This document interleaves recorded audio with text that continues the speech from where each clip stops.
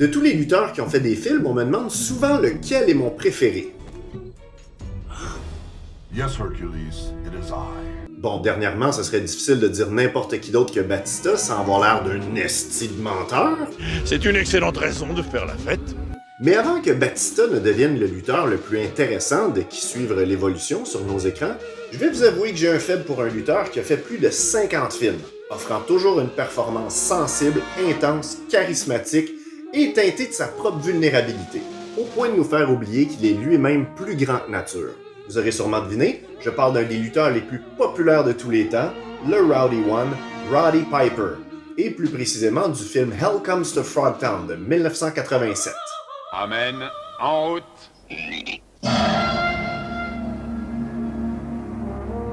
Roddy Piper est un lutteur canadien né en 1954 à Saskatoon, en Saskatchewan.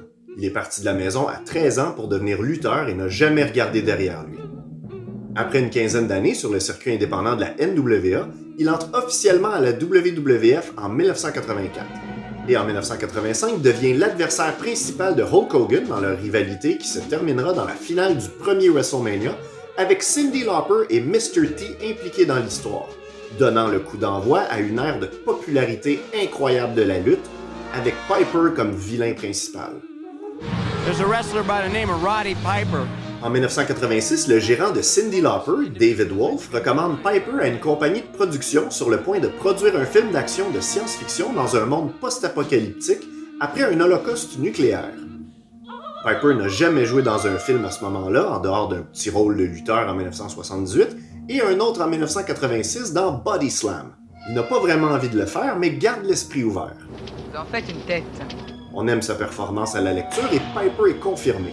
Il aura la distinction extrêmement rare à l'époque d'être un lutteur qui tiendra un rôle principal dans un film, avec aucune expérience d'acteur.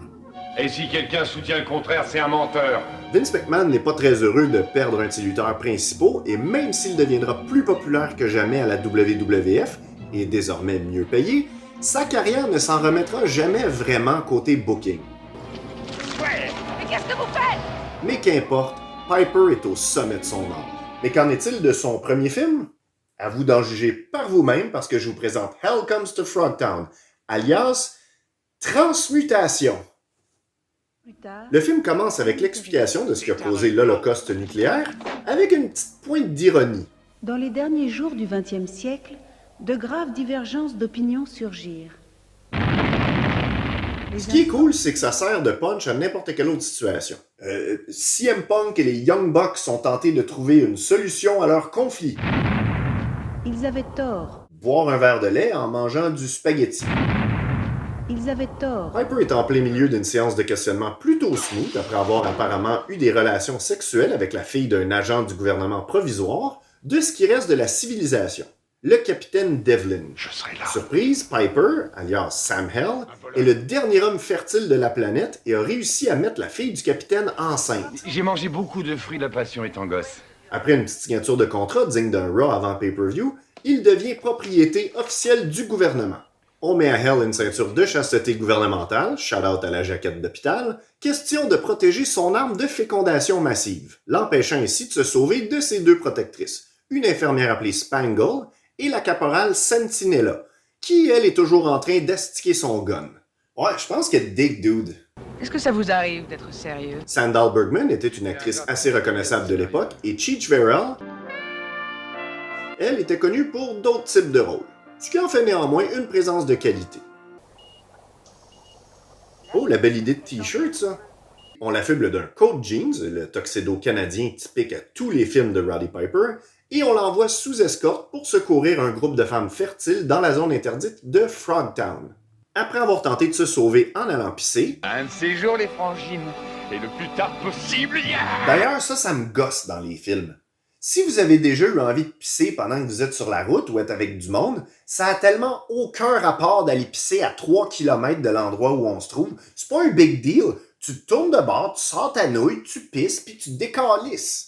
Une fois installé pour la nuit, on a droit à la scène obligatoire de Roddy Piper en chest. Hey, pis c'est pas une joke. Dans tous les films de Roddy Piper, on a minimum une scène où il apparaît en chest.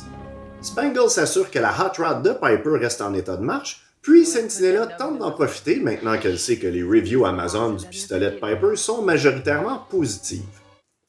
Tu peux bien caresser ton M16, toi. Vous n'êtes pas en tenue réglementaire, caporal. Une fois arrivé aux limites de Frogtown, Piper doit faire de Spangle sa prisonnière en sortant leur kit du fétiche week-end de Montréal. Il passe la farine Five Rose et le silo numéro 5 pour rentrer dans ce qui est plus ghetto que la cantina de Star Wars, mais moins que le Piranha Bar, où l'on voit pour la première fois... Oh, wow, ok, on passe vraiment de 0 à 100 vraiment rapidement. Donc, si vous n'aviez pas compris, ça s'appelle Frogtown parce que les explosions nucléaires ont créé des batraciens mutants confinés dans leur propre zone abandonnée pour travailler dans les mines d'uranium en échange d'armes et de vivres. Piper se commande une Pabs. Cheers, mon chum.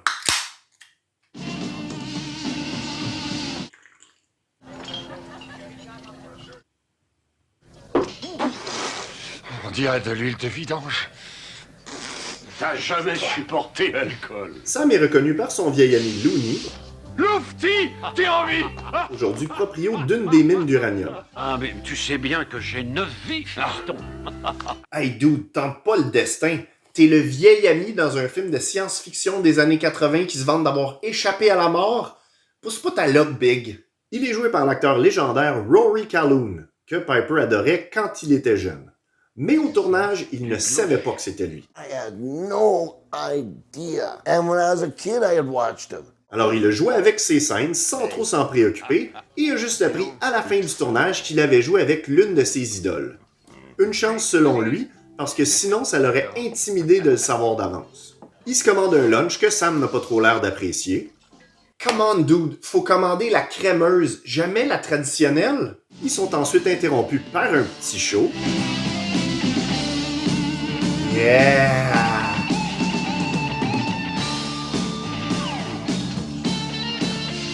Yeah! On boit ensuite une vraie bière. Cheers, mon chum.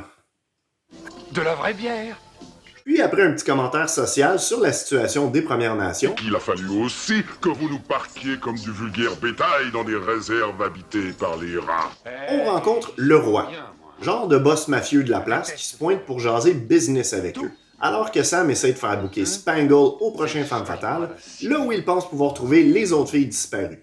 Piper finit la soirée avec une ring rat, ou plutôt une ring frog.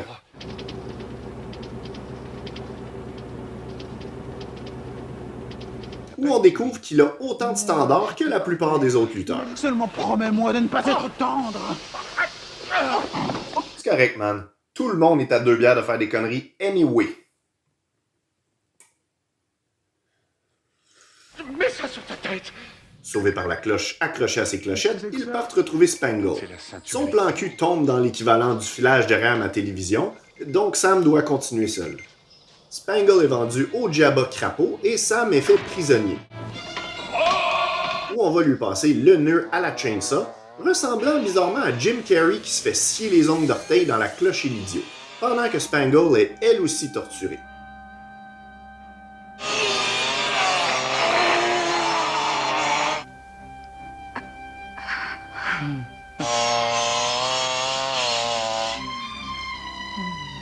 Une fois la ceinture enlevée, il se rend compte qu'il s'est fait avoir et que la ceinture, tout ce temps-là, n'allait pas être... J'ai rien dit.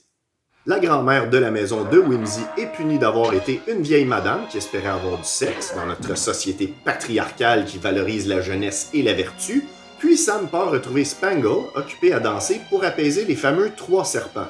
Il a réveillé les 3 serpents. Les 3 serpents... Qu'est-ce que c'est?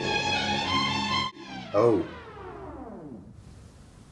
Approche, ma belle. Sam la sauve juste à temps, tout le monde réussit à se sauver, on trucide quelques sbires qui ressemblent à Vampiro à la WCW, puis on embarque dans le tout-terrain de Barbie, poursuivi par les restants du film Mad Max. Truc de Barbie, bombe nucléaire, cherchez pas plus loin, il est là votre programme double de Oppenheimer puis du film de Barbie. Quelque chose fonce sur nous à vitesse grand V et qui sent la poudre. Joey Janela? Le gars qui disait qu'il n'allait pas mourir meurt. Allez-y, je vous cours.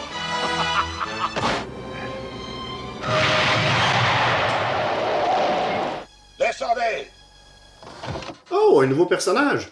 Tant que c'est pas le capitaine frustré du début, c'est le capitaine frustré du début. Maintenant, il y a trop de femmes, à mon goût, qui veulent porter la culotte. Parle-moi de ça, un autre vieux monsieur toxique qui l'a pas pris de se faire humilier par des femmes puis qui revient se venger. Bientôt, je serai le seul à détenir l'arme nucléaire. Ah, ta gueule, pis tire, man! Ça, c'était l'univers des hommes, Hellman. Mais tire! Vous allez tous mourir. Tire! À commencer par elle.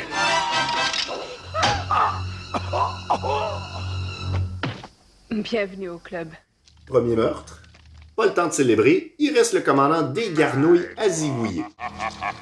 Jetez vos armes! Encore une arme qui fonctionne pas. Hey, avec le char qui part pas, c'est tellement cheap comme excuse pour forcer le suspense. C'est l'heure du combat de la fin. Au même endroit que le capitaine Kirk a affronté le Gorn dans la série originale de Star Trek. Une scène d'anthologie. Piper y va d'une de ses vieilles techniques de lutte, des doigts dans les yeux, puis coupe la main du crapaud qui repousse aussitôt. Pour ceux qui savaient pas, les amphibiens sont capables de faire repousser leurs membres à... C'est les salamandres pis les caméléons, ça, le cornet. Oh, ben c'est juste mal fait d'abord. Piper retrouve ses demoiselles et pourra compléter sa mission. Non, pas ça. Pourquoi? Tu dois te réserver pour les non stériles. J'en ai rien à faire. Ah oui? On va voir ça. Dude, t'allais-tu avoir une relation sexuelle avec elle drette là? Et je devrais te planquer une bonne raclée. Ah oui? Essaye un peu pour voir. Mais tel un homme irresponsable dans la trentaine, même après l'apocalypse, il préfère celle qui ne pourra pas tomber enceinte. Voilà, c'était Hell Comes to Frogtown, premier d'une longue filmographie pour Roddy Piper. Grâce à la qualité des maquillages, le film a quand même bien vieilli. Il n'y a pas vraiment de thème malaisant ou de grosses maladresses, et au final, ça reste un film assez mou, agréable, prudent, fait rapidement, avec assez peu de budget, on peut le voir avec les gros plans qui empêchent de voir qu'on est dans des décors assez pauvres, et même si le film est devenu culte aujourd'hui, on voit que c'était un film parmi tant d'autres pour la compagnie de production de Roger Corman, qui voulait juste ne pas perdre d'argent. Hell Comes to Frogtown a eu droit à plusieurs sorties DVD différentes, dont une avec un autre film de son réalisateur, un documentaire sur la lutte appelé I Like to Hurt People. Le film a lancé la carrière de son réalisateur, Donald G. Jackson, qui avait l'enviable réputation de faire ses films rapidement, respecter son budget et faire du profit. C'est vraiment tout ce qui importe à Hollywood. Le co-réalisateur, R.J. Kizer, aujourd'hui monteur sonore sur des méga-productions, n'a réalisé qu'un seul autre film, Death Ring, avec Norris, McQueen et Swayze. Non, pas Chuck Norris, Steve McQueen ou Patrick Swayze. Mike Norris, le fils de Chuck, Chad McQueen, le fils de Steve, et Don Swayze, le frère de Patrick. Si jamais l'enfer existe, on l'a rencontré. C'est business de crosseur. Je vais le tuer. Il existe 3 suites à Frogtown, toutes de Donald Jackson, mais aucune avec Roddy Piper, puisque lui et le réalisateur se détestaient ouvertement. Dans l'entrevue sur la superbe édition Blu-ray de Vinegar Syndrome, Piper raconte que dans la scène où il est attaché, le réalisateur a calé l'heure du lunch en disant au monde de ne pas le détacher, vu qu'il était de toute façon déjà assez payé comme ça anyway. And the director said, leave him there, he's getting paid enough. Piper, le gars sur qui il faut pas essayer de coter une promo ou d'avoir une joute verbale avec, lui avait répondu du tac au tac qu'il pourrait quand même lui péter la gueule avec ses 4 membres attachés. À cause de cette mésentente, Roddy Piper a longtemps refusé de parler de Hell Comes to Frogtown, affirmant que c'était plutôt son jumeau diabolique qui avait joué dedans. Mais vers la fin de sa vie, il avait appris à trouver du bon de cette expérience. Au moment où je diffuse cette vidéo, il y a encore une version française d'assez bonne qualité sur YouTube, mais je peux pas garantir qu'elle y sera éternellement. C'est pas non plus un film facile à aimer, mais c'est un must pour voir Roddy Piper n'avoir tellement aucune idée de comment jouer dans un film qu'il a tout simplement décidé de jouer Roddy Piper qui se prendrait au sérieux en se battant contre des grenouilles, avant qu'on le force pour ses futurs projets à prendre des cours d'acting ou d'avoir un coach sur le plateau. Question d'aller chercher chez lui des performances plus précises, réduisant ici la liberté de son jeu. Demeure que ces performances feront de lui une star à Hollywood, une star sous-utilisée, mais qui permettra néanmoins à d'autres lutteurs d'éventuellement pouvoir tenir un film sur leurs épaules. La mission d'un soldat n'est jamais terminée. Hey, on peut pas finir ça de même? Un dernier mot pour nous? Mais essayez donc de faire l'amour à un illustre inconnu en pleine zone hostile. Vous verriez comme c'est bandant.